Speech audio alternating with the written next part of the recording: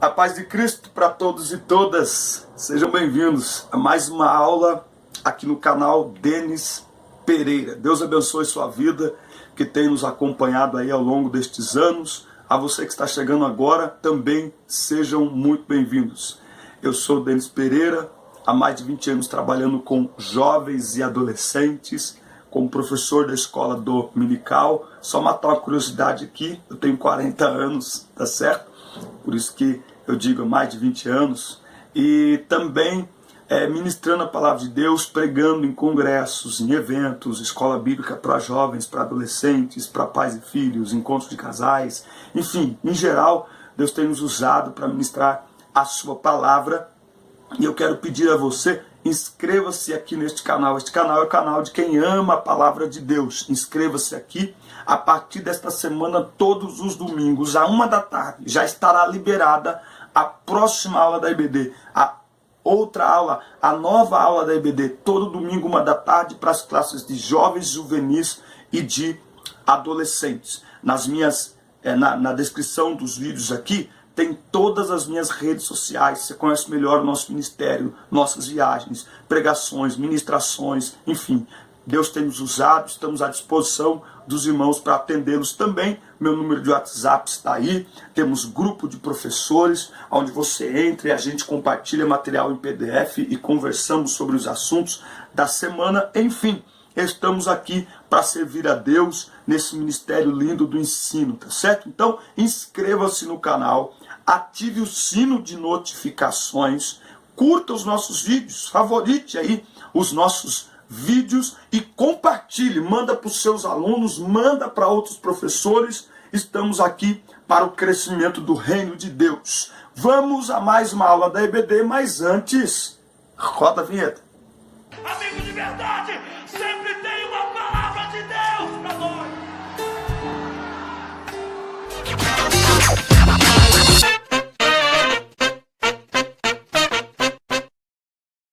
Todo domingo, à 1 da tarde, aula nova no canal para você. Muito bem, chegando então com a lição 2, na classe de juvenis. Alguns professores estão tendo dificuldade em encontrar a lição. É a lição de 2016. Se você, como eu, tem esse costume aqui, ó, diversas revistas aqui da EBD, você deve ter essa revista aí. É a de 2016, tá certo? Porém, é um conteúdo novo para alunos novos, a menos que aí na tua igreja vocês não estão fazendo aí a triagem certinha por faixa etária, tá certo? Então, é a mesma lição, são ciclos, né? Aí a partir dos jovens, aí não repete mais. Lição 2, classe de juvenis, o caráter ético de Deus. Estamos falando neste trimestre sobre ética cristã para a juventude. E na lição 2, o caráter ético de Deus. Lembrando que na descrição dos vídeos tem link também para você abrir os materiais em PDF, material de apoio para a tua aula. Rogo-vos, pois, eu, o preso do Senhor, que andeis como é digno da vocação com que fostes chamado. Preste atenção nisso. Andeis como é digno da vocação com que fostes chamados. Efésios 4:1. Em tempos de relatividade moral, em tempos de quebra de princípios e valores, vale lembrar que a nossa regra de fé e prática é a Bíblia. E o texto é claro, que andeis como é digno da vocação com que fostes chamados. Nós vamos entender o que isso significa no dia de hoje. 1 Pedro 1, do 13 ao 23, é o nosso texto em classe. Caro aluno, podemos entender biblicamente que Deus tem atributos, qualidades ou poderes fundamentais ao seu ser, que são encontrados somente nele, como, por exemplo, Deus é espírito, Deus é eterno, Deus é onipotente, Deus é onipresente, Deus é onisciente, Deus é imutável. Esses são atributos naturais de Deus. Mas existem outros atributos divinos, os morais, que podem e devem ser encontrados nos cristãos. Você sabe quais são? Então, por que nós temos que andar como é digno da nossa vocação? Vamos lá, gente. A palavra cristão, ela significa pequenos Cristo. Significa que por onde andar um cristão, Cristo tem que andar. Aonde trabalhar um cristão, Cristo tem que trabalhar. Aonde estudar um cristão, Cristo tem que estudar. Ou seja, as pessoas têm que identificar no comportamento, nas palavras, no jeito de ser e de tratar as pessoas, que aquela pessoa de fato, ela é cristã. Não apenas porque ela diz, mas muito mais porque ela mostra que de fato ela é. Tópico 1. Os atributos morais de Deus. Diferentemente dos atributos naturais, os morais, os quais revelam o caráter ético de Deus, são comunicáveis ao ser humano, certo? Então, são os atributos incomunicáveis, são os naturais de Deus, né? Onisciência, onipresença, onipotência, eternidade, imutabilidade e tal. E estudar sobre isso é muito legal, viu, professor? Mas os atributos morais são aqueles que são comunicáveis, ou seja, que devem ser encontrados no homem. Afinal de contas, nós somos criados à imagem e semelhança dele. Vamos ver alguns dos atributos morais. Santidade. Deus disse ao povo, sejam santos porque eu sou santo. Deus é santo. Então nós somos chamados para a santidade. 1 Tessalonicenses 4, 3 ao 7. Não fosse chamados para a imundícia, mas para a santificação. Então, ser santo porque Deus é santo. É tão natural quanto eu falar para o meu filho, se pareça comigo. Ele só pode se parecer comigo, ele nasceu de mim. Então quem não consegue viver, não é quem não consegue, é quem não aceita que precisa viver uma vida em santidade, ele não nasceu de novo. Porque para quem nasceu de novo, é a coisa mais natural do mundo. Quanto é natural um bebê se parecer com seus pais. Nossa! Gravou? Ser santo é tão natural para quem nasceu de novo. Gente, tem que escrever isso aí. Você vê, deixa eu pegar aqui o papel. Depois eu pego lá, né? Uma caneta aqui. Pega um papel e a caneta, irmão. Vamos escrever isso aqui. Ser santo. Vamos lá. Ser santo é tão natural para quem nasceu de novo quanto para um recém-nascido se parecer com seus pais. Agora, veja que é natural para quem nasceu de novo. Para quem nasceu de novo é a coisa mais absurda e mais difícil do mundo. E esse que é o nosso problema. Por isso que Jesus manda pregar e ensinar e discipular. Porque às vezes a gente está procurando novo nascimento em quem não nasceu de novo, que nem foi discipulado. Quer dizer, a pessoa acabou de chegar na igreja, ela nem sabe o que é conversão, o que é Espírito Santo, o que é Deus, ela está perdida. Então a gente tem que ter essa paciência também. Amor, o versículo mais conhecido da Bíblia Sagrada, João 3,16, relata exatamente o amor divino. Não há dúvidas acerca do inigualável amor de Deus, e nós temos que amar ao próximo. E o amor com que nós somos chamados a amar é o amor de Deus. Verdade, Deus não pode mentir, nele não há mentira, tá certo? E nós somos chamados também para verdade. O cristão é chamado para verdade. Fidelidade. Sendo Deus verdadeiro, pois não mente, podemos confiar em todas as suas promessas. Josué atestou ao povo de Israel que nenhuma só palavra do Senhor caiu por terra, tá bom? Então, é fidelidade, tá? E aí a gente vai encontrar isso em Daniel capítulo 6, que quando eles decidiram procurar alguma coisa para incriminar Daniel, a Bíblia diz assim, que procuraram e não encontraram nada de que acusar Daniel. Então, a nossa vida, isso fala de fidelidade, de integridade. Paciência. Pode ser definida ainda como longanimidade. O Senhor é tardio em irar-se. A paciência de Deus mostra o seu caráter perdoador, pois o Senhor não resiste a um coração quebrantado e contrito. Paciência, que também é fruto do Espírito. Tópico 2. Reino de Deus. Este reino é a soma de todas as bênçãos, promessas e alianças que o Todo-Poderoso destinou aos que recebem a Cristo Jesus, como define o pastor Wagner Gabi. Nos evangelhos Marcos e Lucas, preferem a expressão reino de Deus, ao passo que em Mateus, em algumas citações, é reino dos céus. Então a gente vai considerar dois aspectos do reino de Deus. Presente, nesse sentido, o reino de Deus está entre nós, ele é manifesto na nossa vida. A igreja de Jesus Cristo, ela é a expressão do reino de Deus na terra. E o reino de Deus é um reino de paz, justiça e alegria. Por isso que o cristão precisa manifestar os valores do reino de Deus. Paz, justiça e alegria. Agora, enquanto nós estamos aqui, o reino de Deus, o reino dos céus, também é futuro.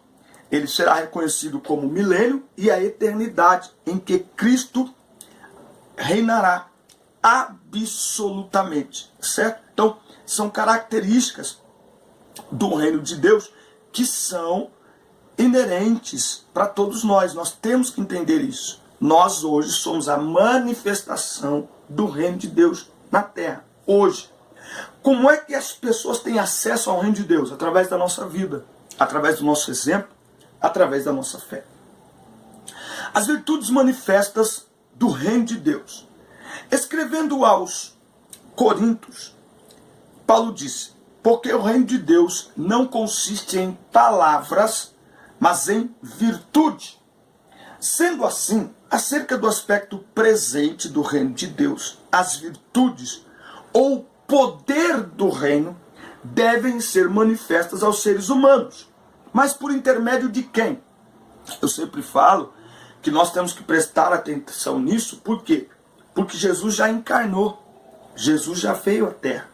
Agora, quem ama as pessoas, quem apresenta Jesus às pessoas, quem manifesta o reino de Deus na terra, somos nós. O Espírito Santo vai te dar um abraço. O Espírito Santo abraça através de outra pessoa. O Espírito Santo consola através de outra pessoa. Ele nos consola no nosso tempo a sós, né? No nosso isolamento ali, enquanto nós estamos no secreto, sim. Mas nós agora vivemos rodeado de pessoas. A obra de Cristo na terra, Ele fez. Agora é nossa missão. É através da nossa vida, do nosso dia a dia, do nosso comportamento, das nossas palavras, que o reino de Cristo é manifestado na terra. No conhecido Sermão do Monte, Jesus afirmou a seus discípulos que eles são sal da terra e luz do mundo. O sal é incrível. Por quê? Você não vê o sal na comida, vê? Você não vê. Mas, pelo sabor, você sabe que ele está presente. A mais ou a menos. Ou neutro. Não colocou sal no arroz. Você não vê os grãos de sal na comida. Aliás, se você vê, tem problema. Que tem esse detalhe. O sal é uma coisa assim para nos ensinar muitas lições. Porque embora ele seja extremamente necessário na maioria das receitas, ele não aparece na receita. Ele fica nos bastidores. Geralmente o sal fica no armário, né? Ninguém já viu sal na estante? Não. O sal fica no armário, lá no cantinho. Só é usado ali naquele momento, né? Você tem fruteira, pega as frutas, coloca lá a fruta, né? Você tem um espaço na geladeira reservado especialmente para as carnes. O sal põe em qualquer lugar. Só que todas as receitas, praticamente até algumas receitas doces, elas só têm o sabor que tem por causa do sal. Mesmo que ele fique no cantinho uma parte do tempo, e mesmo que quando ele é acrescentado, ele não seja visto. Você não vê o sal, você vê o feijão temperado com sal. Você não vê o sal, você vê o arroz temperado com sal. Você não vê o sal, você vê a salada. Olha só. E Jesus diz assim: vocês são sal da terra. Ou seja, através da sua vida, vocês são aqueles que dão sabor ao mundo. Não é? O mundo sem Jesus é um mundo sem graça. É um mundo sem sabor. E como dar sabor a esse mundo sem graça? É sem graça. É por isso que adolescentes e jovens cada vez mais entram nas drogas cada vez mais cedo, na bebedeira cada vez mais cedo, nos vícios cada vez mais cedo, na prostituição cada vez mais cedo, porque eles estão tentando encontrar nestas coisas um sentido para a vida, quando quem dá sentido à vida é Jesus. Quando quem dá sentido à nossa vida é Jesus. E quando nós somos o sal da terra, nós mostramos para este mundo: ei, a verdadeira graça de viver está em Jesus. A verdadeira felicidade está em Jesus. Isso é ser o sal. O sal conserva os alimentos. Ele tempera, ele dá sabor e ele também conserva os alimentos. Por isso que entra ano e sai ano, a nossa fé tem que estar firmada, conservada em Deus, ali, firmes, inabaláveis. Ele também diz que nós somos luz do mundo. A luz, pelo contrário, se o sal trabalha nos bastidores, a luz trabalha no ambiente público. Todo mundo enxerga por causa da luz.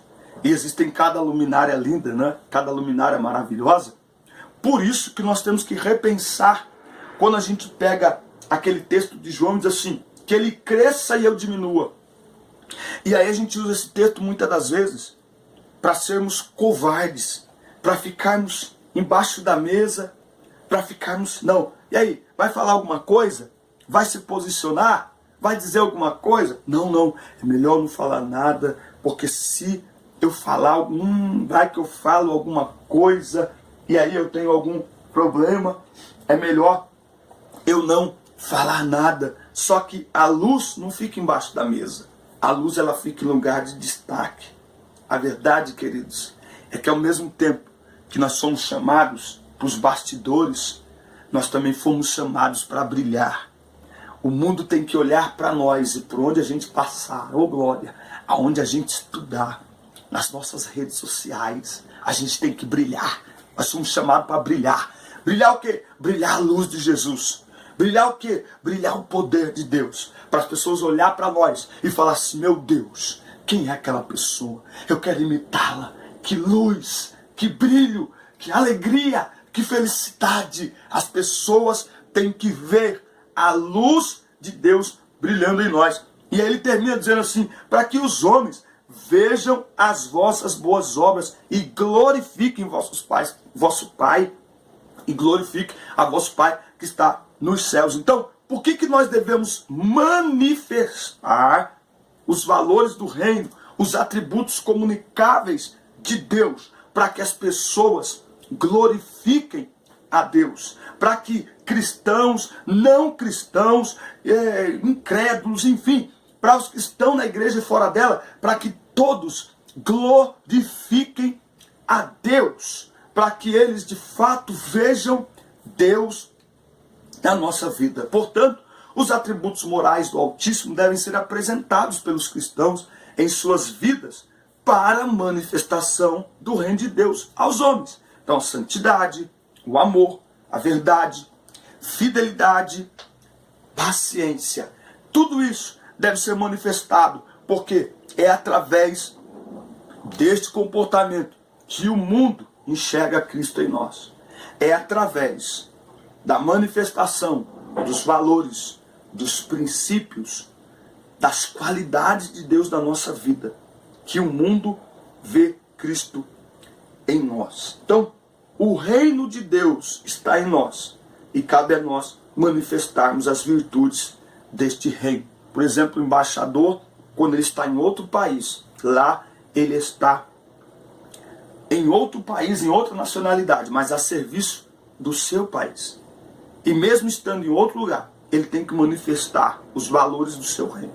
Ele tem que manter os princípios éticos de sua nacionalidade.